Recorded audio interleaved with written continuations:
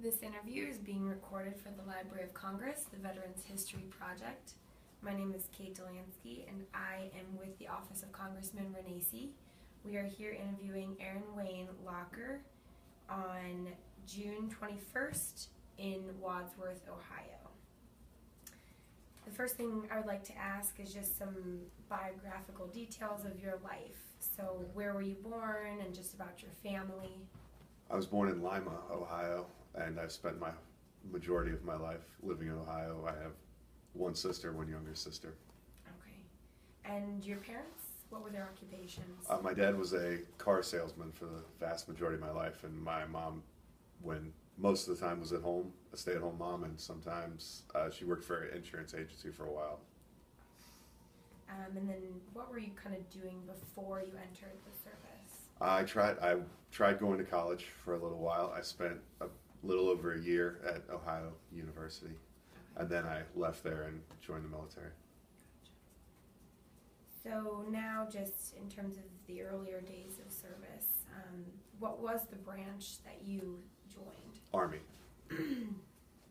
Did you enlist Yes. on your own? Okay. Yes. And then why did you choose the Army? I think because I wanted to be in the Army since I was a little kid.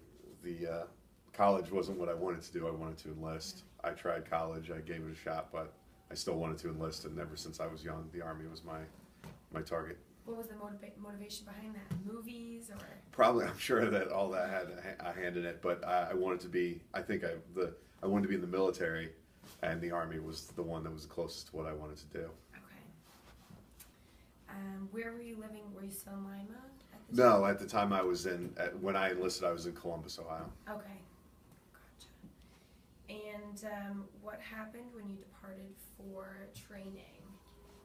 Everything changed, I would say. I went from one day being a free man to back to being locked down, and I went from Columbus to Atlanta, then on a bus to Fort Benning, and spent a very long time in Fort Benning, Georgia. Georgia. Yes. Okay. Okay, and then when you got there, how was that first day? Shell shock, I would say, is the best way to describe it. It was when you initially arrive, you're put in processing, which is sort of just a holding area until they can get you into a basic, or I was infantry, so in my case, a OSUT, one station unit training, an infantry basic class. So I spent 3 or 4 days in holding until then they move you on to begin the real deal. Okay, and how were the people there at the very beginning? How were they? As far as my Comrades, yeah, they were younger. I was older. I was 26 when I joined, so because of going to school and everything, so I was much older. Okay. So it was a lot of younger guys, which made it a little difficult for me, but a little easier for me to get through because I was used to being on my own and used to having a life separate from my family. And so there weren't a lot of them I could really relate to, but we got used to it pretty quick. So. Gotcha. And so did you do any type of weight training or exercising before this that kind of prepared you? A little bit. At least in the case of the Army, I don't know about the other branches, but in the Army they have a minimum physical fitness requirement just to be able to ship you off. So I had to test for that. I passed that test. So I didn't do anything over and above, I would say, to prepare. I met the standard and that was about it. Okay. So then the boot camp itself, what type of things were you forced to do there? What kind of many push-ups. Many push-ups. So no, it was initially it was more of a just get used to the fact that we own you now and we need to retrain you, so break you down and build you back up into a soldier sort of situation where you can follow an order without questioning it, without questioning the consequences of following that order. That's the primary goal. So there's not a lot of success initially. You fail at everything and they want you to fail at everything, but continue to get through it. Did you ever reach a point where you almost said, I don't want to do this anymore? Or? No, I think being older, and prior to getting there, when I enlisted, I did a delayed enlistment so I could wait till after the holidays. I left in February, so I wanted to wait till after the holidays to have another holidays with my family. And so I spent all that time reading everything I could read, looking up everything I could about the Army and basic training. So I had I'll say it wasn't even close to a true picture, but I had a better picture maybe. Right. And then because I was older, I guess I had a little more the ability to deal with the stressors and the constant poking and prodding and aggravation a little better, just because I was a little more used to it than a 18 or 19-year-old who just stepped out of his parents' house and onto a bus down there, which I can't even imagine that. So.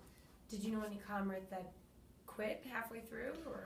No, we had a few. You have the guys that get boarded out Okay. because they get hurt or they find something later that disqualifies them from service. Okay. A few of them, they tried. I'll say they may have tried or tried to find ways in and out. But as far as within my platoon, my basic training platoon, everyone that started finished. Awesome. So how were the living conditions there? The rooms and the food? Pretty good. It was a big, massive open bay with, I guess we had about 40 bunks in it, and that was it. Just lined both sides with bunks, and one end was the drill sergeant's office and the front desk, and the other end were the showers and the latrines. And you lived in between, and the majority of the center of the room you did not touch, so you weren't allowed to walk to the center of the room. So could you give us just a basic, what was your day like? If you could give Well, I'll start with the night, because overnight you have fire guard duties, pulling guard duties, so you're on guard shifts overnight, so you're getting sleep in shifts. You know, you may have an hour shift of, they call it fire guard, but it's just guard duty. And you may have an hour of that, and then you're down for maybe an hour or two before you're back up to pull another guard shift. If everyone's compliant, you can do that as one or two people at a time. When the drill sergeants aren't very happy with you, or you haven't been listening, they start doing it in chunks of people. So 5, 6, 10, 12 guys will be up at once, and you'll be on and off, 1 hour on, 1 hour off, or whatever. So sleep was sporadic here and there. And then first thing in the morning, you're up and you're out for it. You've got to be in formation for PT, for accountability formation. Then you go to PT, physical training, immediately. So. Okay.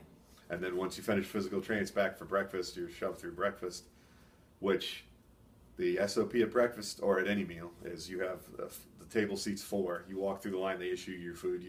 Doesn't matter what you want, you're going to get what they give you. There's an SOP for carrying your cups, carrying your tray, all of that stuff. You sit down at your table. You sit in the table. You sit in the next available seat and the next table in line. As soon as someone finishes eating at that table, you're all done. So you learn quickly, if you don't want to get your buddies or anger your buddies, you eat at the same pace so that they don't run the other 3 guys off just because you decided to cram food down. And then you have a limited time anyway. You're not talking, you're not doing anything, you're eating, and you're up and out. It relaxes as the weeks go on, but only slightly. At first I shouldn't say, at first it's very regimented, it's very strict, and they are on top of you 24/7, every move you make. So. I'm sorry, what is SOP? Oh, standard operating procedure. Okay. Yeah, sorry. A lot of acronyms might come flying out. That's fine. Yeah. That's fine. That sounds like a hectic day. So by the end of it, it doesn't really matter if the bunks are even comfortable. You're pretty much You're so exhausted you could sleep anywhere, anytime, and you try to, but you don't get away with it. So. Oh my goodness! And what was the weather like there? It was okay.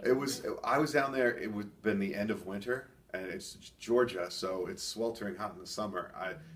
But I was there at a decent time. It was warm and sunny out. We didn't deal with a lot of snow. Dealt with some rain, but that was about it. It was I'd say it was as good as it can be. It was a good time to be down there. So. And the instructors, how were they? Very strict.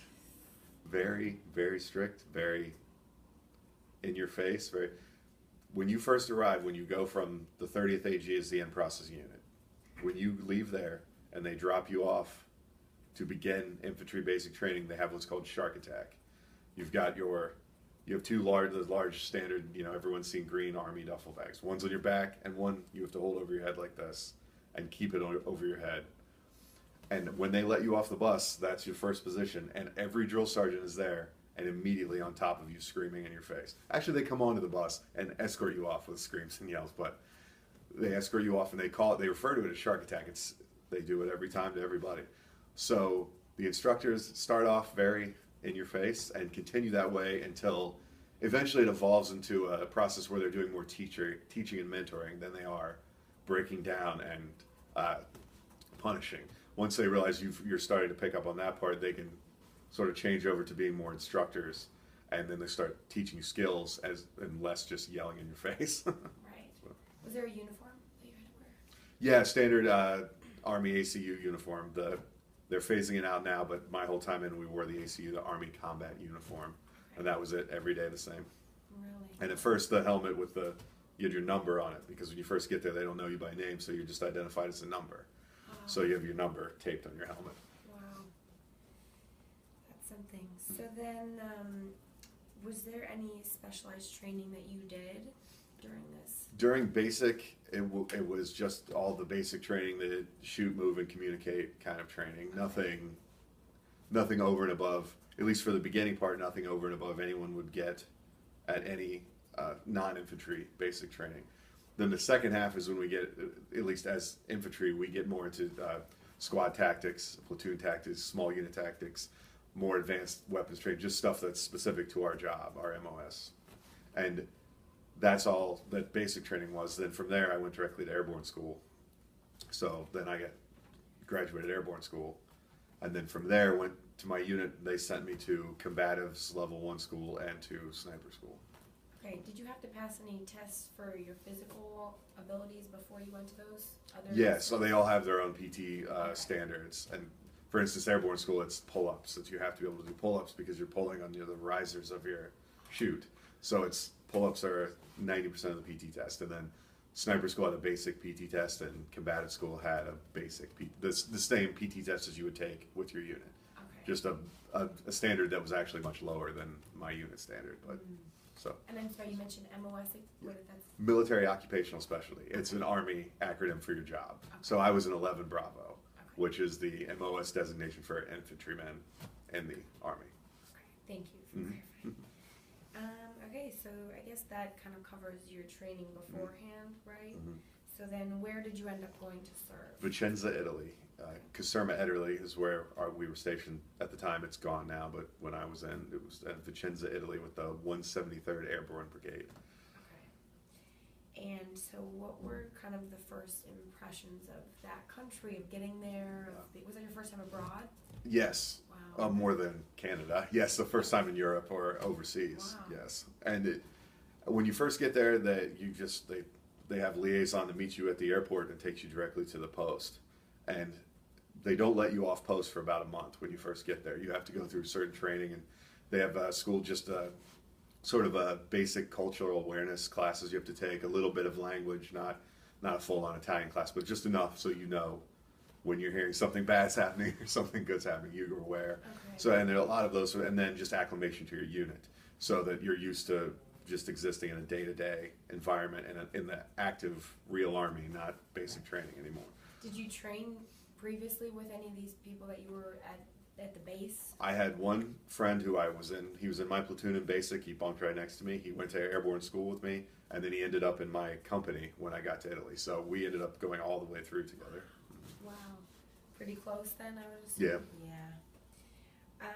So once you were there and once you kind of had that month, were you fighting on the front lines, or what kind of combat were you? Not initially.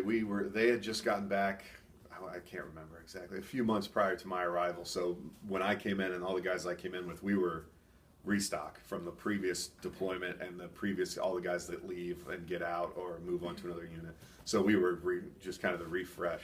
So they had just gotten back. So I was there for, I want to say 6, 7, 8 months before we finally deployed. Okay. Where we were just there and training with our unit. So you had a lot of free time there, or? Kind of, not so much during the days. We were on a tiny little post. Our post was only about a mile by a mile. It was very small. Oh, wow. So we didn't have all the training grounds some of the bigger U.S. posts have in Fort Bragg that have just hundreds and hundreds of acres to train on. We didn't have any of that. So a lot of it, we had a football and a soccer field. So a lot of it was us running crew drills, which I was in weapons squad. I was a gun. I started as a member of a gun team. Okay. And so the gun team is a 3-man team. We have the 240 Bravo, which is a machine gun about this long. And so there are 3 of us responsible for it. One's the gunner, and then you have the AG, assistant gunner, and the ammo bearer. And we're a 3-man team that operates this. Okay. It's the largest weapon carried by a single person, but it's a 3-man team that carries it. And so we're out in the middle of a football field in Italy running crew drills, moving, barrel changes, reloading, things we got to know how to do. But that's the only place we had to do it. So Wow. we'd be out in the middle of the football field, Wow. going, So all that's right, we're going to go up to the 40-yard line, and we're going to set up, and we're going to do a barrel change and stuff. And that's kind of too where you were able to keep your endurance up and. Yeah, obviously we had PT every morning, so Okay. that was actually the really cool part. Is we would go on runs, mostly runs. Occasionally we did ruck marches, which is fill your rucksack up with. We had a minimum weight. I think because we were in weapons, we had to carry more weight, so our minimum weight was like 100, 120 pounds in our ruck, and then off we marched through the gate. But we would go off post, so we'd climb the hills and the mountains in Italy, and which was fun to go for a run and up the steps in Italy and up to peaks and stuff, and just look out over the countryside. So that was pretty cool. As much as running and rucking made it not fun, at least the views were good and experience was good. What did you use as the weight? What was... A lot of rocks or books or water bottles. Fill up water bottles and throw them in there, whatever you could get to put weight in. Because when you first get there, you're the new guy. They don't trust you very much. You've got to bring your ruck in and put it on the scale and prove that you've got the right weight in there. After you've been there for a while and they know you, you don't have to weigh it anymore. But because we're in weapons squad, which each infantry platoon has 3 line squads and a weapons squad. The 3 line squads are all standard. They're the same. 2 fire teams of 4 guys each and a squad leader. Weapons squad is different. We have 2 gun teams of 3 men each, and then we include the medic and the R2, the radio guy, and any guys like that are part of our squad. So as a gun team, we're carrying massive weapon and thousands of rounds between the 3 of us. So we have to be able to hump that weight up the mountains. So I should say hump. We have to be able to carry that weight up the mountains. So we carried more weight in PT just to be used to that. So. Oh my goodness. Blistering on your shoulders or yes, what? you get used to, you get to carry it very high on your shoulders because if it starts dragging you back, no good. Oh, man. So what was the best experience of being abroad? What was the food good? Yeah, everything was good. Yeah, everything on the days off was great. We have 4-day weekends. We were 45 minutes from Venice, or a train ride. The train ride was a few hours to Rome. We spent Rome, Milan, Venice, just visiting cities, just going out, get a hostel, and spend a night or two in the city. That was the tourist aspect was the best for sure. Wow. Would you say that you were more close with those comrades there rather than in training? Or Yeah, from basic, I think I only won, the one that went all the way to my unit. We had 2 of us and from my platoon ended up there, but he ended up in another battalion, and so we never saw each other or really interacted, and we kind of got disconnected. The one that went all the way through to my company, we were seeing each other on a daily basis. So, wow.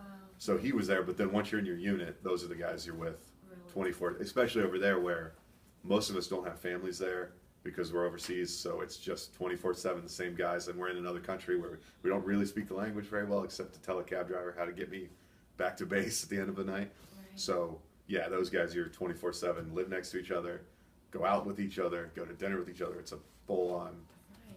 togetherness, I guess. That's nice bonding. Mhm. So you mentioned your family. How did you stay in touch with them while you were over there? Phone calls, but we finally got some internet over there. Got some Skype, or I guess FaceTime wasn't around then, so Skype was the primary. Yeah. Wonderful. And how long total were you in Italy? Let's see, it would have been about, if you take off my training prior and then my time at Walter Reed after, probably about 2.5 to 3 years. And you did not come back into the States at all during that period? Just on leave. If we had, we're usually given we were deployed through one section of the holidays. So for one holiday, we had to leave, so we'd come back for holiday leave, which you get about a week. Okay. And then you could take leave if it was approved and you had it other times, but I was the new guy, so I hadn't accrued any leave. So Okay. I only got back a couple of times when I was in Italy, and then when you're deployed, you get leave given to you during deployment, so during that time. Okay. And you didn't get to choose where you were sent, right? Or did you? No, rumor has it when you enlist, you can enlist for a duty station if you want to. I did not. My only option in my contract was airborne school. I wanted to go to airborne school, so I got that in my contract. But once I got through airborne, it was needs of the Army. They sent me wherever I was supposed to go. So. And sorry to backtrack again, but Sure. why did you want to do airborne? I just wanted to jump out of planes. There's no other good reason. That's awesome. Had you ever skydived before No, or anything? no. Really? Or bungee jumped or? No, nothing like that. Surprising. So then, after you said 7 or 8 months until you kind of got, was it any combat? Was it any? In those 7 or 8 months? Afterwards. After when we got deployed? Mm-hmm. Yeah, we were deployed for about 15 months to Afghanistan in the Kunar province, Okay. and my individual company is made up of 4 platoons. 3 of the platoons of my company were sent one place, and our platoon was designated to go attached to another company. So we were separated from the rest of them, but when we were attached, so I can only speak for my platoon or myself really. Right. I was involved in about 108 by my command's count direct fire engagements during our 15 months, 14 or so. Did 14. you wear any type of like protective vest or? Yes, but not all the time. Obviously, if you're sleeping or something, you take it off. But anytime, yeah, we're in contact. It's helmet, vest, boots, and return fire. A new base in Afghanistan, right? Say again? It was a new base. Well, yes, we went out, when we first got there, we drove out into the mountains and decided this was going to be our area. So it started as a VPB, a vehicle patrol base, where we just put Humvees in a circle, and that's where we hung out for days or however long at a time. As time went on, we realized we were going to stay here, so we started building up some walls and some bunkers and things like that. So by the time we left, it was a fully formed,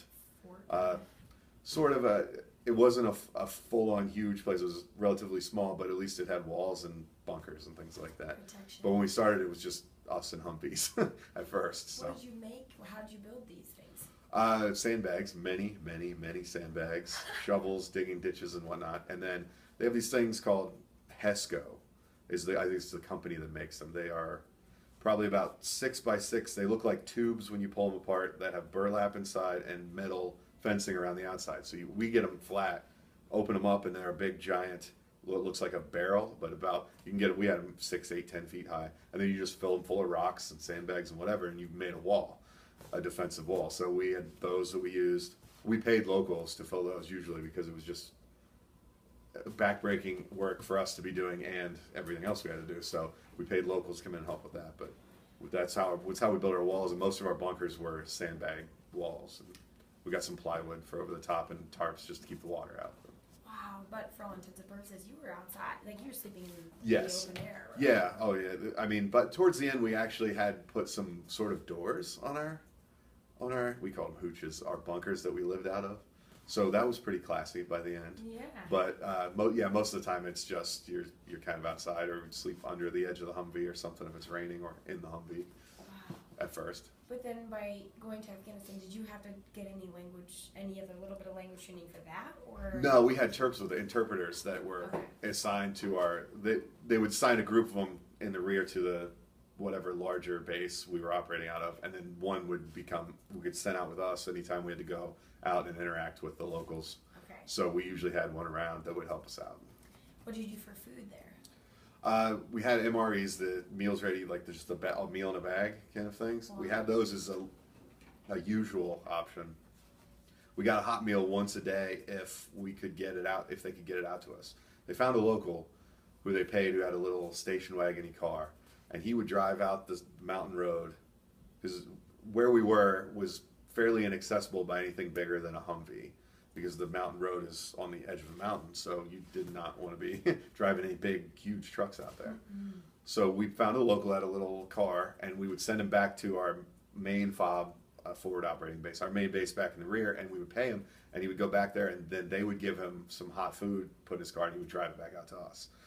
That only worked when he wasn't getting shot at, which happened because he was helping us out. So we got hot meals semi-regularly when this guy, but we just upped sounds bad. We would up the amount we would pay him, and he would be a little more willing to take the risk and get us food, or he would even be able to get us well, not me.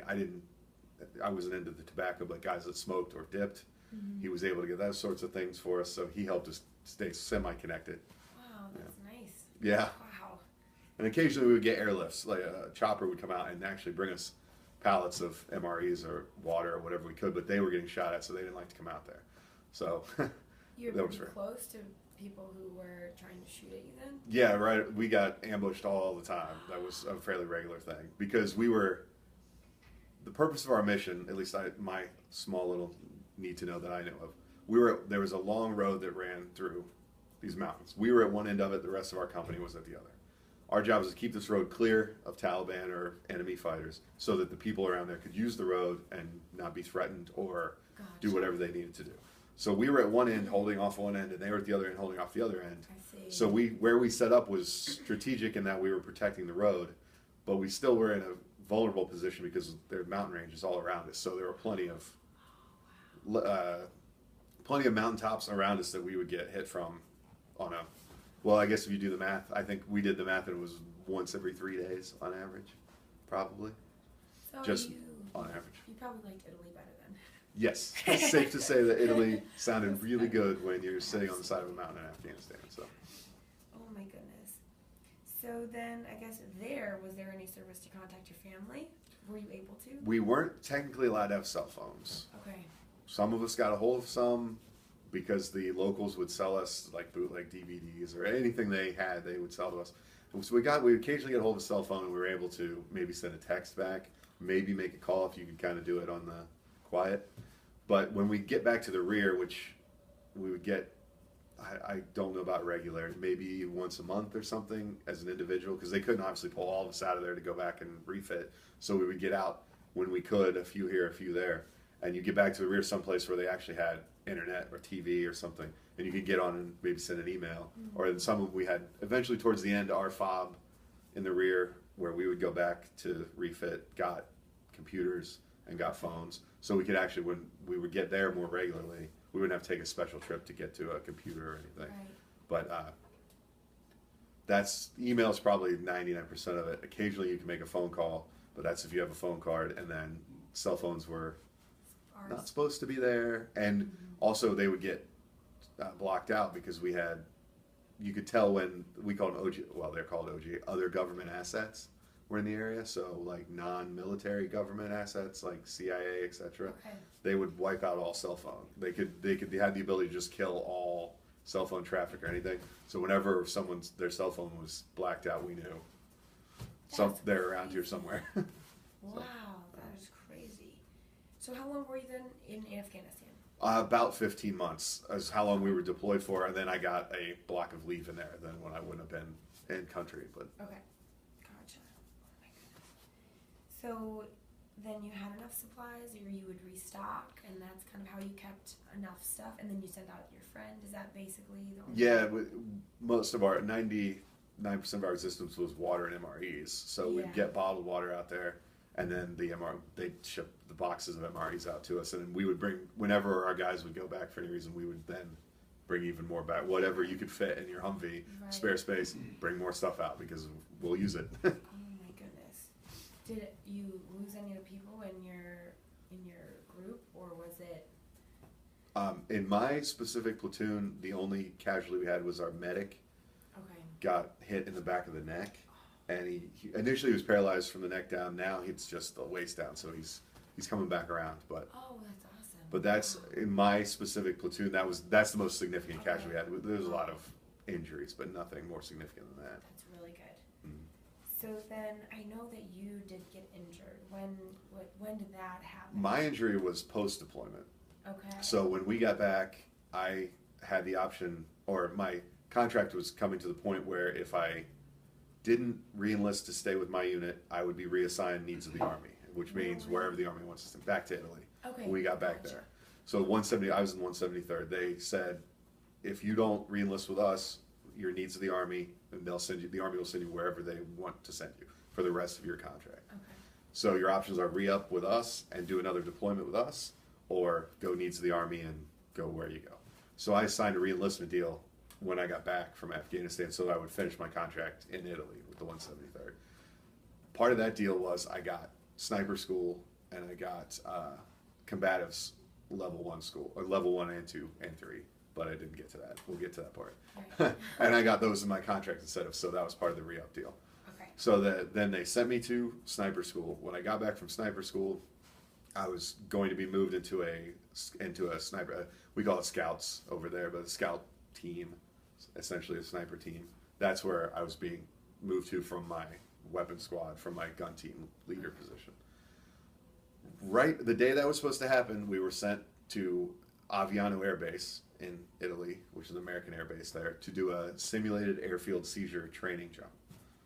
I'll try to break that down. Yeah, all the Army. Full gear, simulated we are taking an airfield from somebody. So they got a huge swath of land that had a hardball road running right down the middle. The hardball road was supposed to be the airstrip or the runway that we were seizing, and there were buildings on it that were supposed to be the control tower or whatever, but it was a full-on battalion level simulated airfield seizure, so tons of guys jumping in with different responsibilities. Our particular responsibility at the time was to secure the airstrip, to land as close to the airstrip as we could in a certain position, and then do what we were to do. So the weather was very bad that day. A lot of rain, a lot of wind. So we got up once in the bird, and we call it race tracking, where the bird is just circling because they won't let you jump because the weather's not good enough. Now in a combat situation, you would have jumped. But on training, they're much stricter about the weather conditions.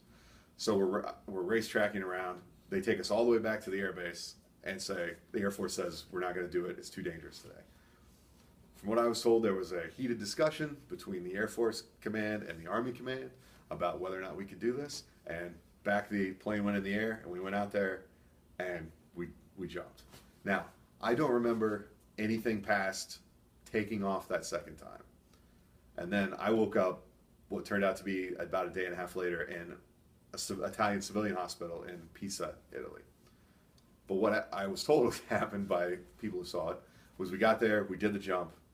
As I was coming down, it was very windy, and on the chutes that we jump are not like the air show chutes where you can pull the handles and you can land standing up and do the Superman pose and all that stuff.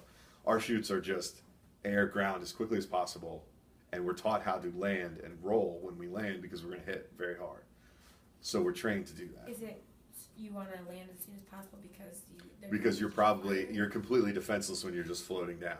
So gotcha. It's just designed to get you from, and we jump from very low altitudes, maybe 12, training usually more like 1,200 feet, but 900 to 1,000, 1,200 feet. So it's relatively low for a parachute jump.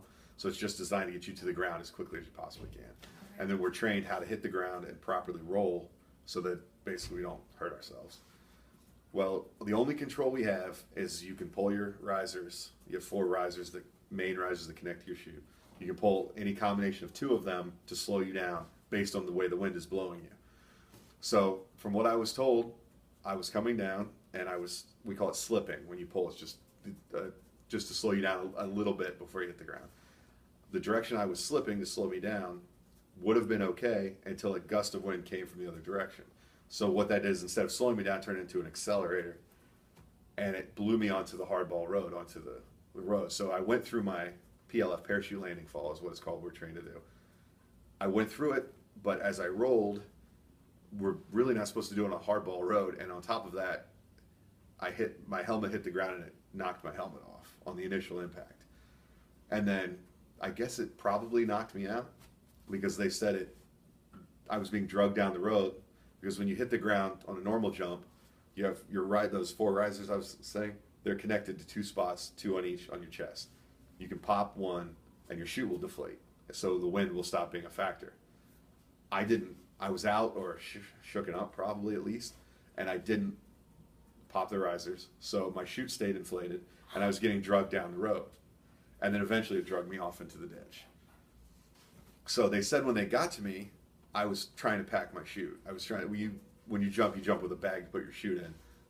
So they said I was trying to pack my chute, and they had seen what happened to me, so the medics got a hold of me, told me to relax or stop packing your chute, and they medicated me and put me out, because in case of a head injury, your consciousness could be more bleeding. So they put me out. They medically induced coma is what it technically is. That wasn't quite that dramatic, but essentially what it was. And put me in the back of a Humvee and drove me to the hospital. And I had 2 cuts on my head. They were the only visible injuries from the entire thing, were 2 cuts, but I think I still have small scars. And they stitched those up on the way to the hospital, and they dropped me off, or took me to the hospital and checked me in at the closest, which was a civilian hospital in Pisa. So, and then I woke up what turned out to be about 36 hours later, naked in an Italian hospital with a catheter in. No idea why I'm there. No idea what happened to me. No idea. None of my stuff is anywhere near me. No clothes, no personal effects, nothing. Just laying in a hospital bed, confused. There was an old Italian man in the other bed in the room just coughing his poor heart out. Oh. And finally a nurse came in or came to enough to talk to a nurse, but she didn't speak any English, and I certainly didn't speak any medical level Italian, so we could barely talk. So I didn't know what had happened to me, why I was there. And the funny part, what I can laugh at was that jump was on a Wednesday. We were supposed to have a 4-day weekend, Thursday through Sunday off that next day. So we had already had plans to go to Rome or something. And I was so sure that I did something terrible on this 4-day weekend. And I was in the hospital because I got in a fight or I drank too much. And I was going to be in an insane amount of trouble when someone showed up for me. That I thought that's actually what happened. Then finally, I can't remember the time. The time is very fuzzy at this point. At some point once I woke up in the next day or a few hours, I'm sure that when the nurses saw I was alert, they called back to my unit, and a medic came from my unit to tell me what happened. And then he told me the whole story, and I finally realized why I was in this hospital. Unreal. So, that is unreal. yeah. Wow.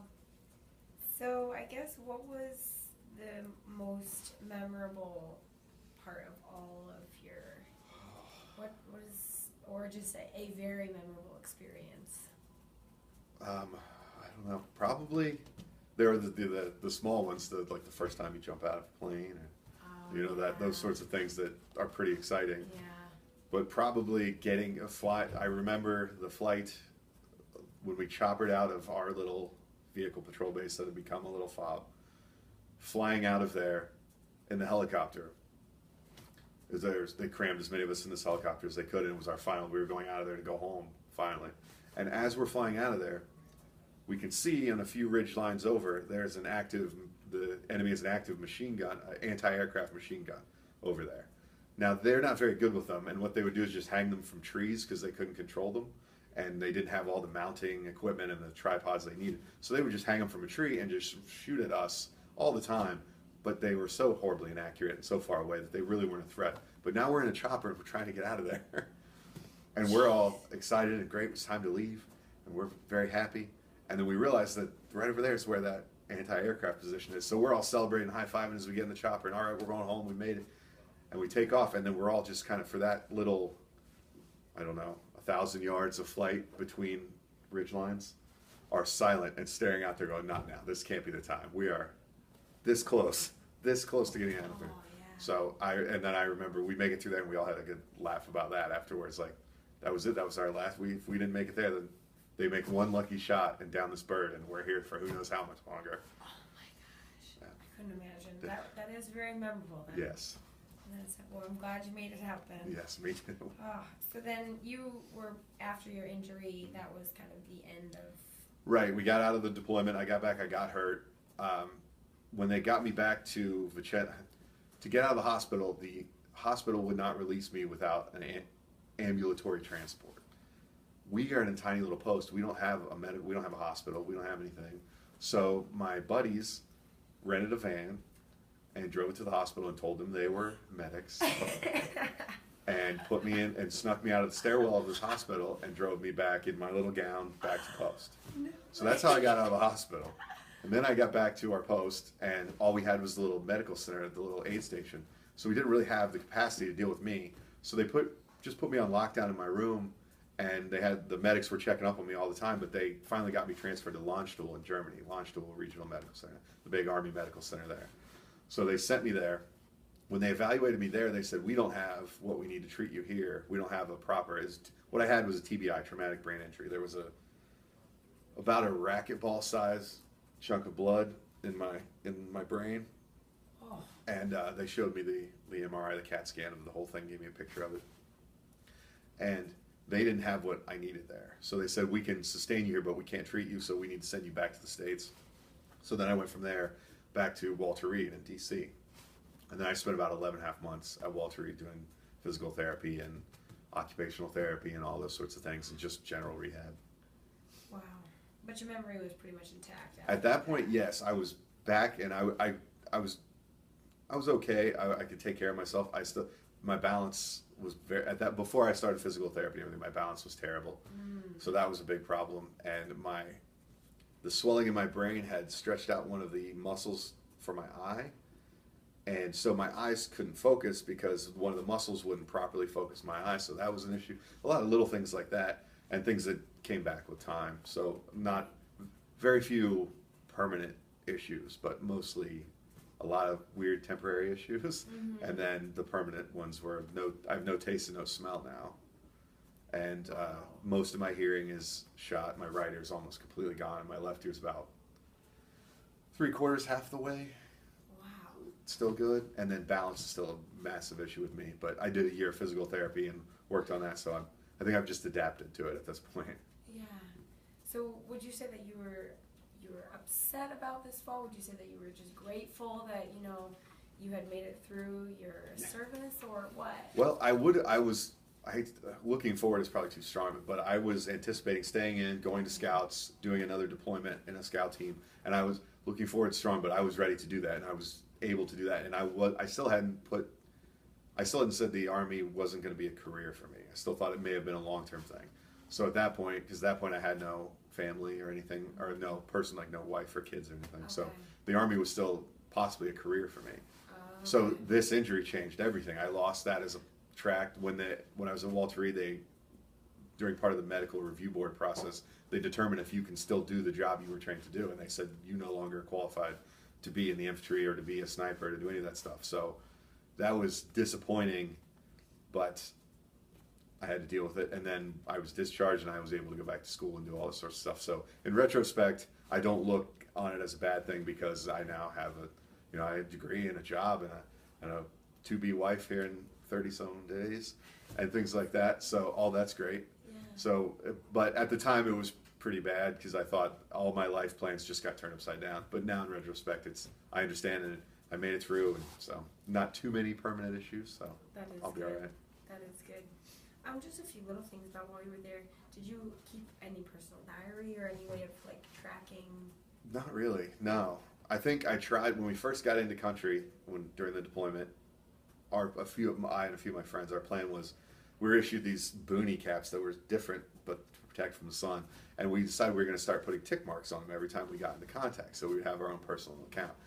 That lasted about 2 weeks until you just couldn't keep track of the tick marks anymore, and it didn't know it, so it was like we gave up on that. So we just counted on command they'll tell us when we get done whatever they have. So. Right. And did you do anything for good luck at all? Like any good luck charm or? Not really. I probably should have. Maybe that was my mistake. No, I really didn't. I don't think I did. I know a lot of guys carried around, they had things from home they would carry around, or pictures or emblems or things they were sent, or just things they had. I think the only thing I carried on me every day I was there was one knife that I got like on my way in, and I carried it on my hip, and that was it. So. Okay. Were you awarded any medals or citations or anything? Let's see, I have 3 Army Commendation Medals and Army Achievement Award, a Good Conduct Medal, Afghanistan Campaign Medal with 2 stars, and a NATO medal. The Afghanistan Campaign Medal is just because I was there, and the NATO medal is the same way because I was there. And the Army Achievement Medal was for something I did not during the deployment. And the 3 ARCOMs were actually awarded for actions during deployment. Okay. So those are the only ones that were specific to specific actions. So then, do you remember the day that you came home and getting back to your family? And I barely do. I was at Walter Reed, and usually the discharge process in the Army is months and months. You know the day you're going to get out. You have tons of paperwork you have to do to get out, and so you have plenty of time to prepare.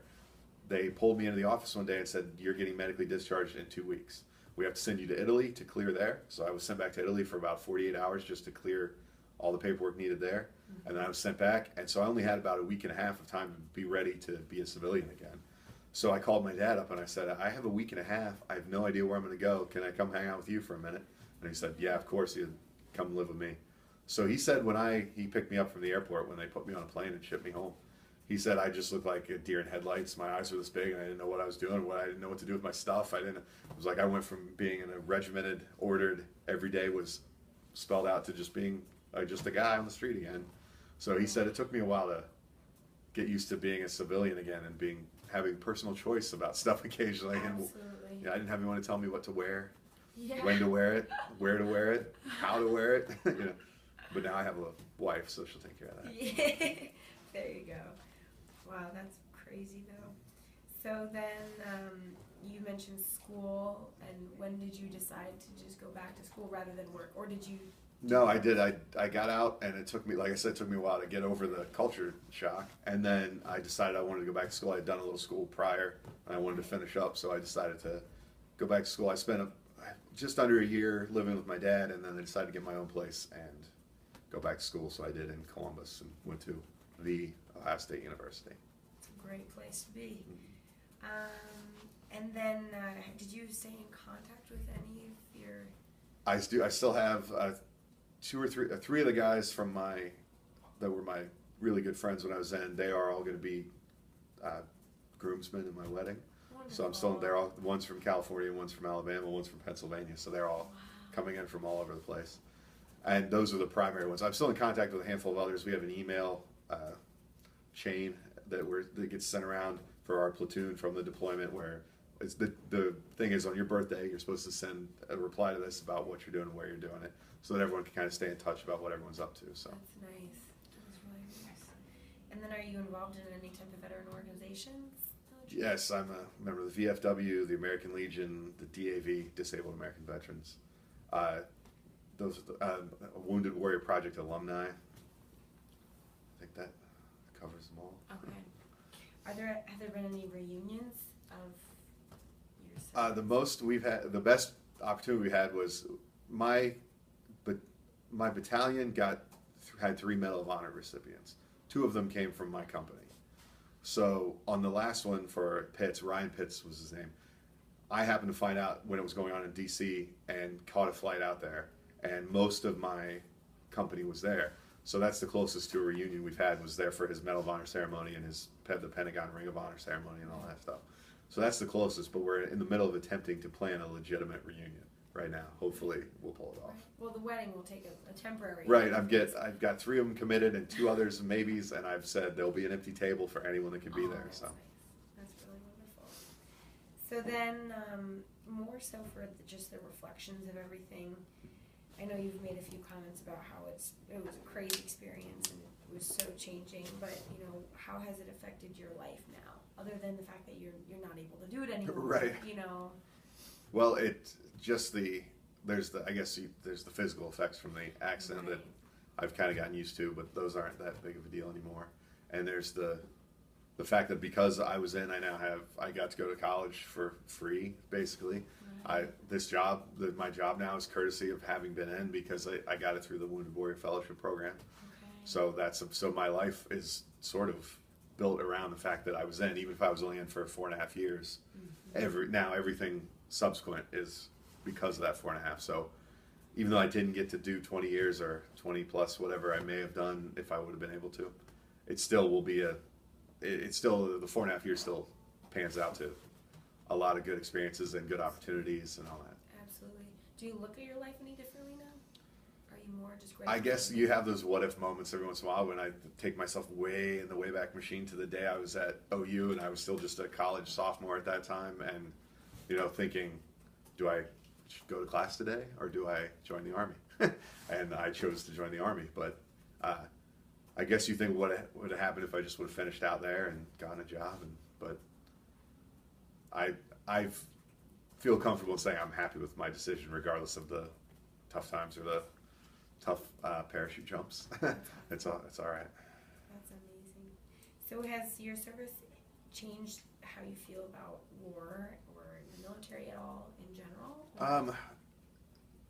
Yes, probably. I think that it gives you a more, like when there's a news story or something comes on about this battle here or this conflict here, or whether or not we're going to be sending more troops here, you have a more personal connection to it, in that it's not to you, it's not a political issue or a policy issue or anything like that. It's more of a personal issue. It's, that if we send 10,000 more troops to this spot, what they're going to do. You've been there and done it, and so it's more of you sympathize with those 10,000 guys that may or may not be sent there. And it's less about the big picture of the foreign policy. Not that I was ever qualified to critique foreign policy, but it becomes less important to you, that aspect of the news aspect of it. It's the personal part, I guess. Absolutely. That's really great, though. So would you have a message that you would like to give to anyone who will watch this video or in the future generations? Go Army, beat Navy. Does that count? There you go. Yeah. No, I would just say it's despite it being a completely life-changing, completely crazy, completely alien experience, and something that you cannot prepare for or understand until you've done it. Go do it. It's fun. In the end, I guess. Yeah. Yeah. And have we left anything else out? I don't think so. Not that I think of. Covered, and anything else you want to add, or? I don't think so. Well, thank you so very much for your time. Thank you. We appreciate it.